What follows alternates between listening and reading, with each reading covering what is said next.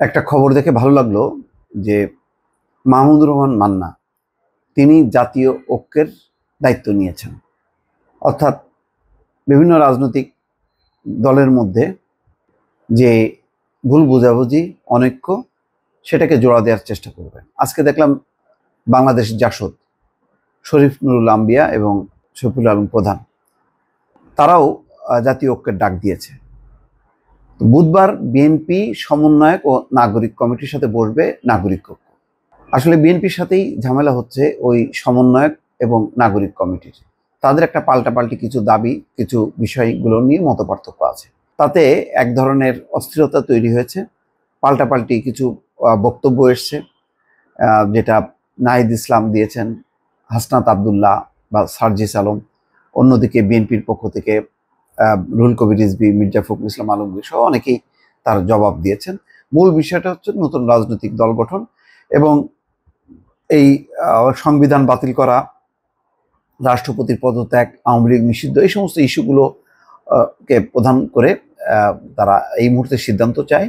আর BNP বলতে চায় এইসব ইস্যু সিদ্ধান্ত হবে নির্বাচনের মধ্য দিয়ে। যারা জয়ী হবে, যে দল বা নির্বাচিত পার্লামেন্ট, তারা সিদ্ধান্ত নেবে এইসব বিষয়ে। এইসব নিয়ে বেশ একটা দূরত্ব তৈরি হয়েছে। তো সেই দূরত্বটা কাটানোর একটা দায়িত্ব নিয়েছেন নাগরিক ঐক্যের সভাপতি মাহমুদুর রহমান মান্না। তিনি বলেন, বিএনপির সঙ্গে ছাত্র সমাজ ও জাতীয় নাগরিক ঐক্যের মনোমালিন্য দূর হোক, এটা আমরা চাই। আগামী বুধবারের বৈঠকে এই বিষয়ে আলোচনা হবে। সরকারে বসে রাজনৈতিক দল গঠনের প্রস্তুতি ভবিষ্যৎ রাজনীতির জন্য খুব ভালো নয়। অর্থাৎ এটা মাহমুদুর রহমান মান্নাও মনে করেন যে সরকারের থেকে রাজনৈতিক দল গঠনের প্রস্তুতি নিয়ে এটা ভালো নয়।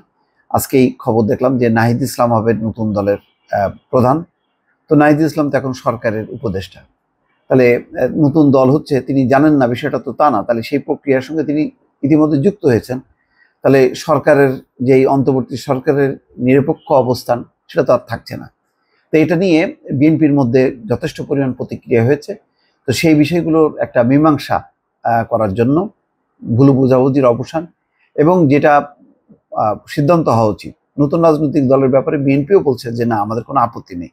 আপত্তি ওই জায়গায় সরকারের ভেতরে থাকলে তাহলে আবার একটা নিরপেক্ষ সরকারের প্রয়োজন পড়বে নির্বাচন কন্ডাক্ট করার জন্য। এটা নিয়ে বেশ প্রতিক্রিয়া দেখেছে নাহিদ ইসলাম, সার্জিস আলম, হাসনাত আবদুল্লাহ তারা। তো আজকে দেখলাম যে ডক্টর মোহাম্মদ ইউনূসও কিন্তু বলেছেন যে বিভেদ নয়, ঐক্য চাই।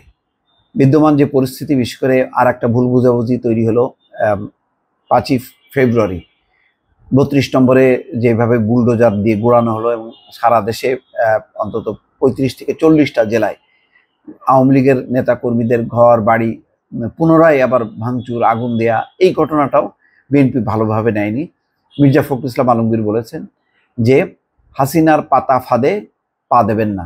আর গয়েশ্বরচন্দ্র রায় বলছেন যে যদি এই প্র্যাকটিস চলতে থাকে তাহলে আগামীতে আপনার আমার কারো বাড়ি আর নিরাপদ না। তো এইসব মিলিয়ে বোঝা যাচ্ছে যে 5 তারিখের যেই মহাকাণ্ড, এই কাণ্ডটা পছন্দ হয়নি। তো এই সব মিলিয়ে এই যে দুই প্রান্তে চলে যাচ্ছে আস্তে আস্তে, অথচ দুই পক্ষই জোরদার লড়াই সংগ্রামের মধ্য দিয়ে শেখ হাসিনার পতন হয়।